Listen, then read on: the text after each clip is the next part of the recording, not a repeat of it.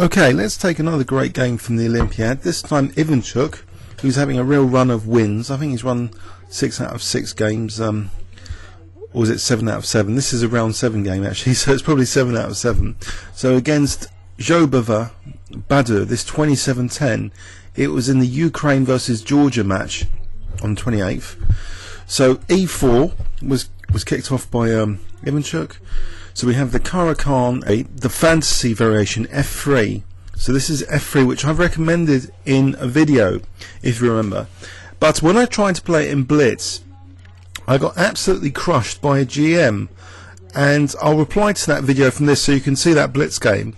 After Queen B6, I was shocked, you see. Didn't know at all what to do. Because Black's got a very crafty idea of immediately exploiting this F3 and this diagonal.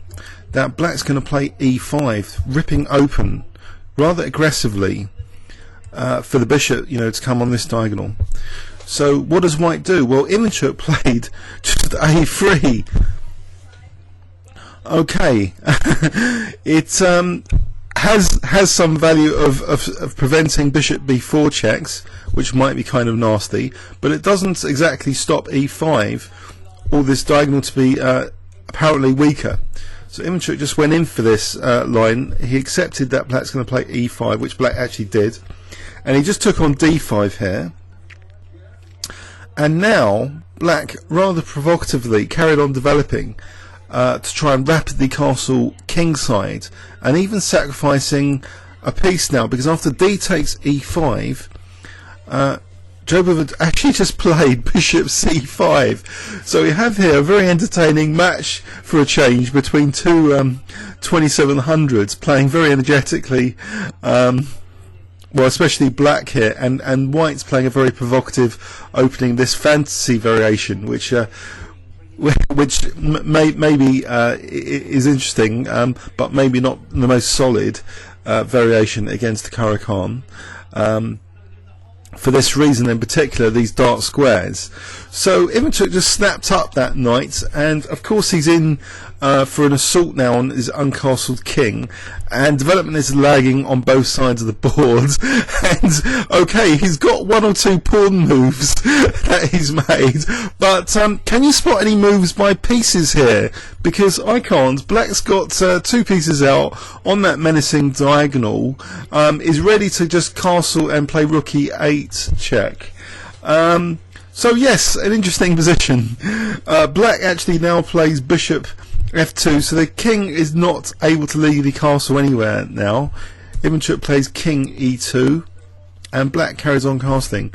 So a little status update. Again, White has no pieces developed and can't castle the king, and is really faced with rook e8, which would worry most players. So Ivanchuk just plays this move, which I think is super accurate. He plays queen d2. He's got an idea to park his king on d1, where it will be much safer than at e2, especially after this check. He has to do something with the king. This is really what happened. You couldn't make it up. Okay, rook e8 check. So the king goes to d1. Right, okay, so Black, does seem to have a couple of alternatives at least. He played rook e1 check, winning the queen.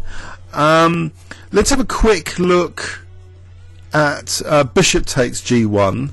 This might not be that effective because of this issue of this pawn on f6. Maybe here, queen g5 to me looks crushing, unless there's an amazing tactic, which indeed there might be with rook e1. So I really want to engine check this position if queen g5 was possible. So let's check with Stockfish here.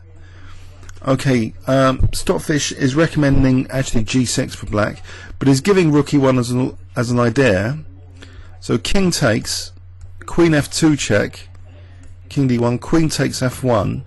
Apparently this position will be better for White. So king d2. These are amazing variations. So g6. So White's got a very dangerous pawn here, but probably can't dare queen h6. So something like queen takes g2 and queen takes f3 would be the problem. I mean, I have not seen variations like this in a GM game before, to be honest. So say bishop e3, queen takes f6. Oh dear, and bishop d4. There's a bishop on g1, so bishop d4 is not possible. And who's better? You know, the engine says actually black's better here. So that's interesting actually. With c takes d5.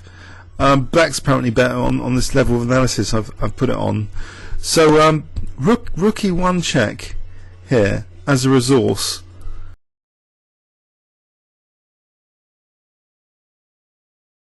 So we were checking out bishop g1 there, but actually black played rook e8 check and actually won the white queen.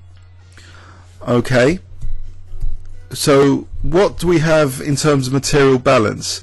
A queen for 3 pieces, with still white having no development, and black's piece is able to potentially get out, maybe with attacking things like c2 if, say, bishop f5, and that's what actually happened next. So bishop f5,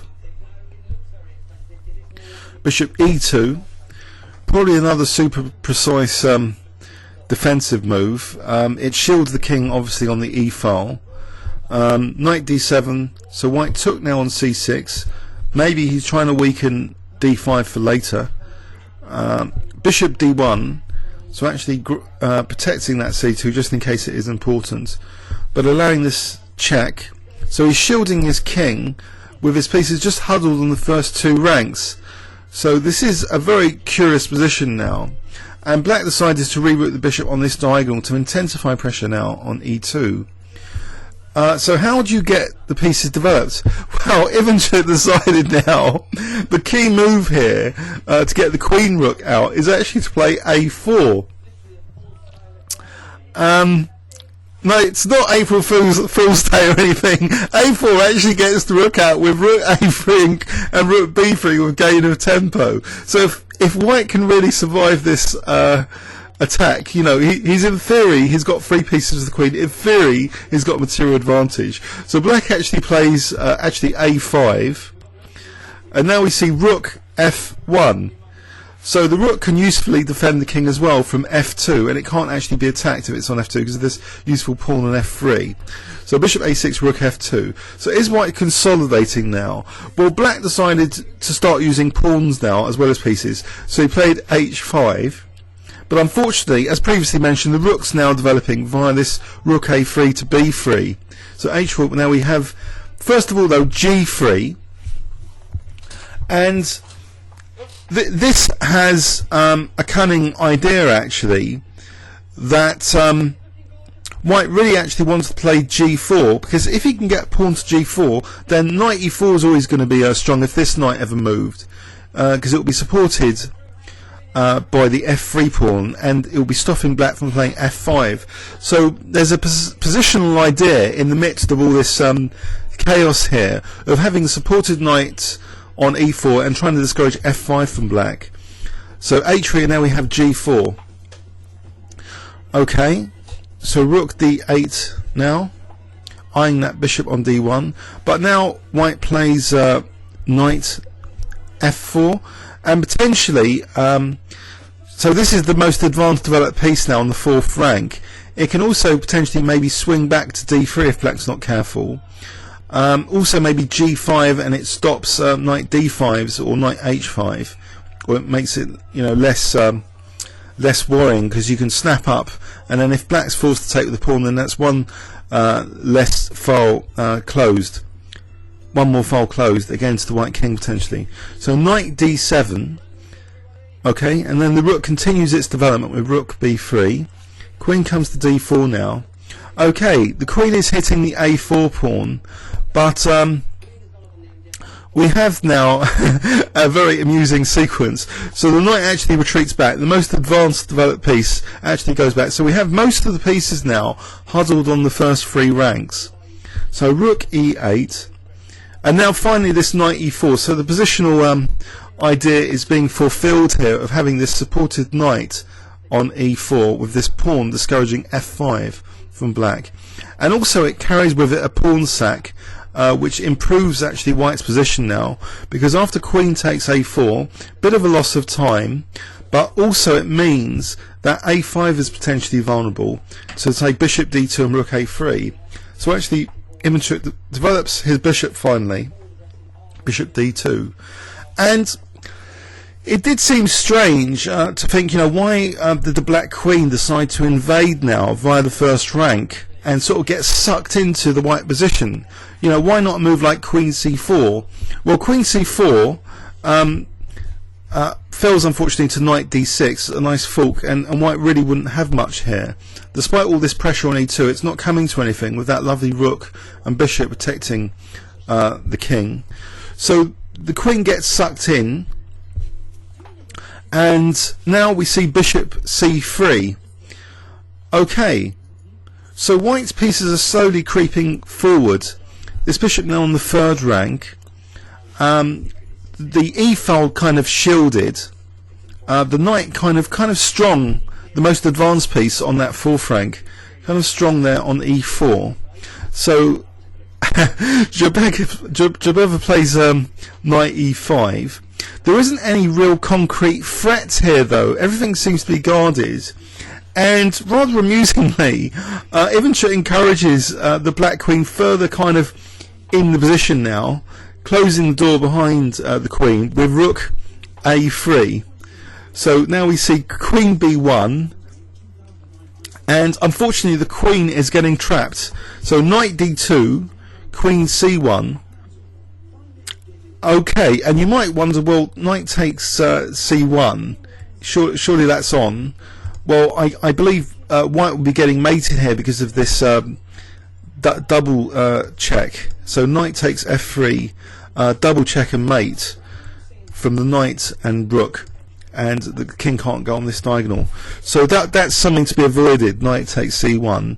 So actually just rook takes a5 is much better, and there's still nothing concrete here. So this knight's protecting f3 as well as the rook. So there's no like bishop e2 to try and get the rook, to e2, because everything's supported. So black plays actually knight g6, giving up the bishop. So why did that happen? Well, actually in this position there is the fork here was actually winning material, and if like bishop takes e2, it wouldn't be much fun after rook takes e2, because say f6 there will be f4, just winning that knight anyway.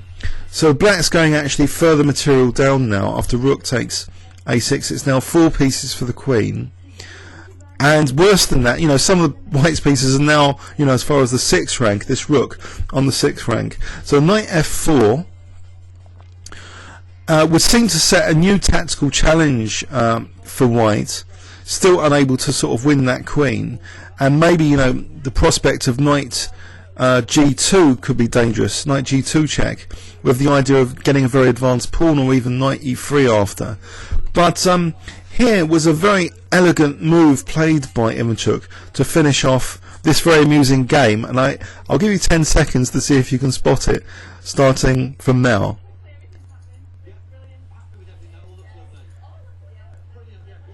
Okay, it was rook a8, and now the black queen really has had it. If knight g2 say, white could just snap that knight up here quite safely, I think. The rook can't take on there. If rook takes, then there's knight takes. If pawn takes, then there's takes. And here maybe it's okay to allow that queen to happen, because maybe king e2 looks pretty strong. There's enough pieces now for the queen. Okay, there's 5 pieces for the queen, and there's no sign of a checkmate anytime soon. So okay, what an amusing finish. Rook a8 finishes off black. Okay, please leave any comments or questions on YouTube. Thanks very much.